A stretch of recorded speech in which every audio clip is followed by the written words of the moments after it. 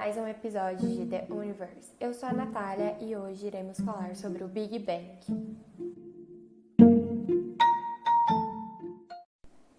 No princípio, Deus criou os céus e a terra. A terra estava informe e vazia. As trevas cobriam o abismo e o Espírito de Deus pairava sobre as águas. E Deus disse: faça-se a luz, e a luz foi feita.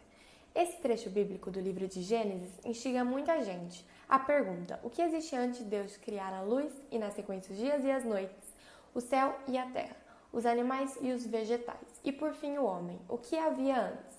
Para além da explicação teológica de que existia Deus, os especialistas buscam resolver o enigma que não deixa descansar as mentes de quem decide estudar o assunto.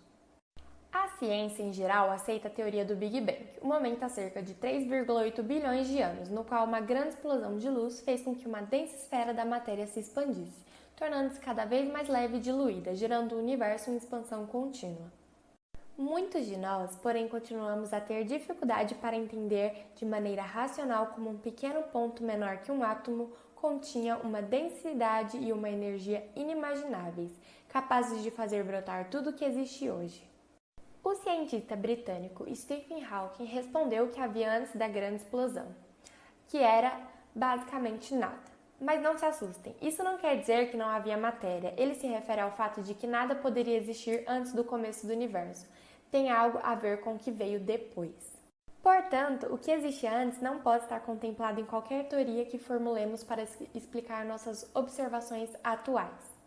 Para entendermos melhor, o universo continua sendo só a parte interna do Big Bang, não há nada lá fora, nem tempo, como por exemplo, passado, presente e futuro, só existem aqui dentro.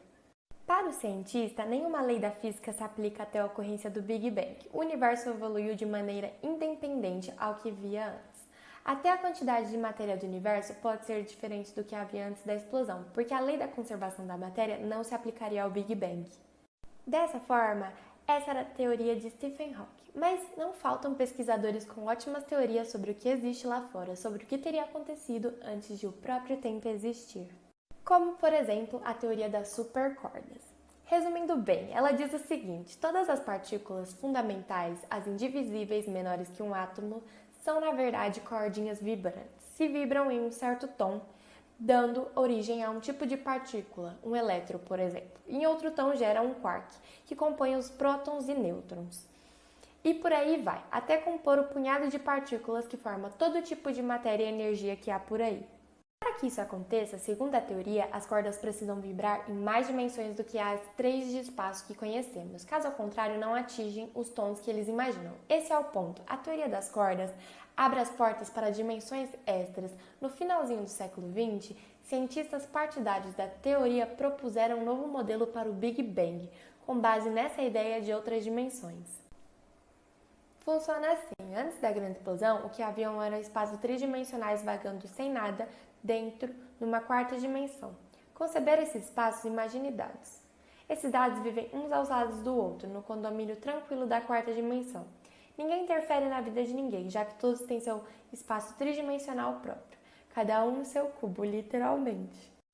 Mas de tempos em tempos acontece um evento de dimensões cósmicas. Esses espaços se trombam. A batida enche de energia, o ponto da colisão. Ele explode em todas as direções dentro de uma das membranas 3D. Seria basicamente o que conhecemos como Big Bang. Mas nesse caso, ele não teria vindo do nada, seria o filhote de um choque de titãs cósmicos. Isso torna a origem de tudo um evento tão banal quanto um tropeção, possível de acontecer a qualquer momento. O problema: comprovar a existência das dimensões extras é hoje tão impossível quanto saber o que acontece dentro de um buraco negro, como diz o físico Paul Davies.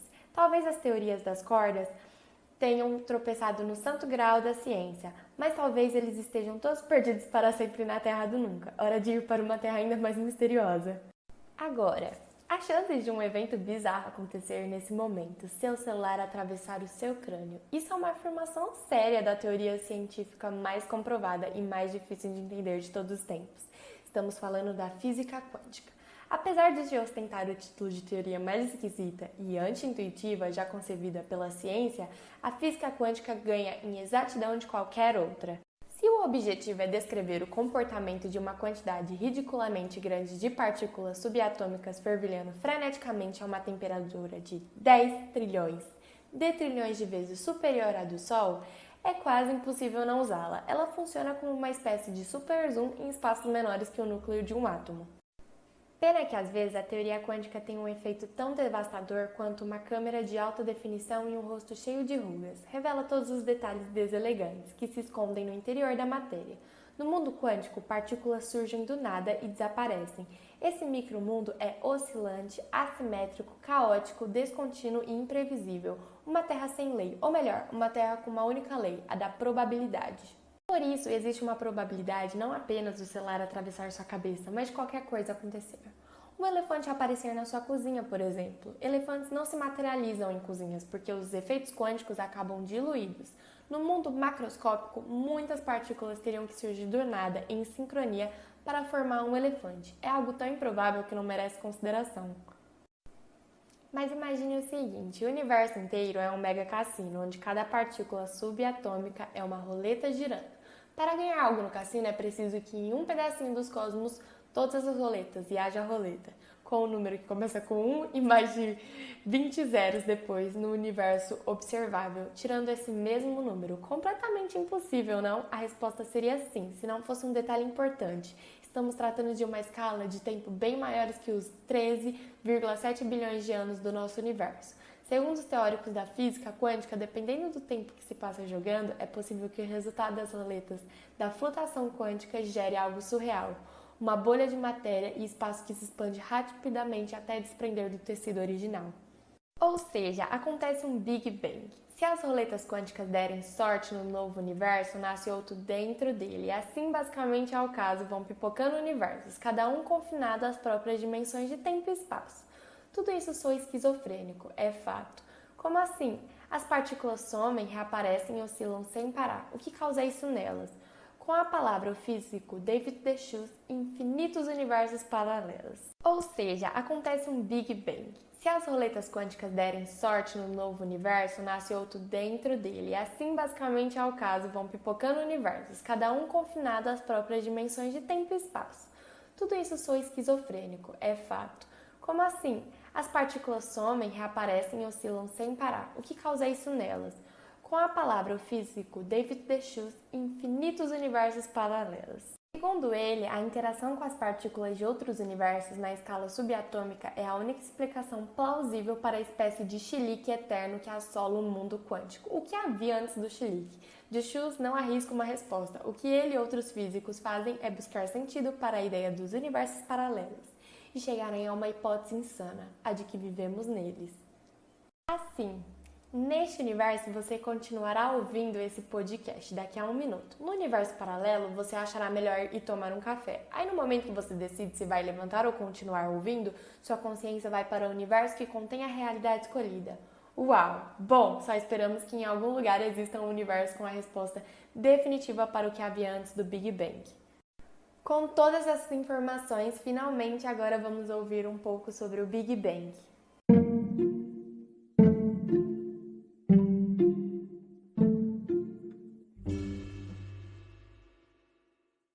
Até o momento, a explicação mais aceita sobre a origem do universo entre a comunidade científica é baseada na teoria da grande explosão, em inglês Big Bang. Ela apoia-se, em parte, na teoria da relatividade do físico Albert Einstein, nos estudos dos astrônomos Edwin Hubble e Milton Humansel.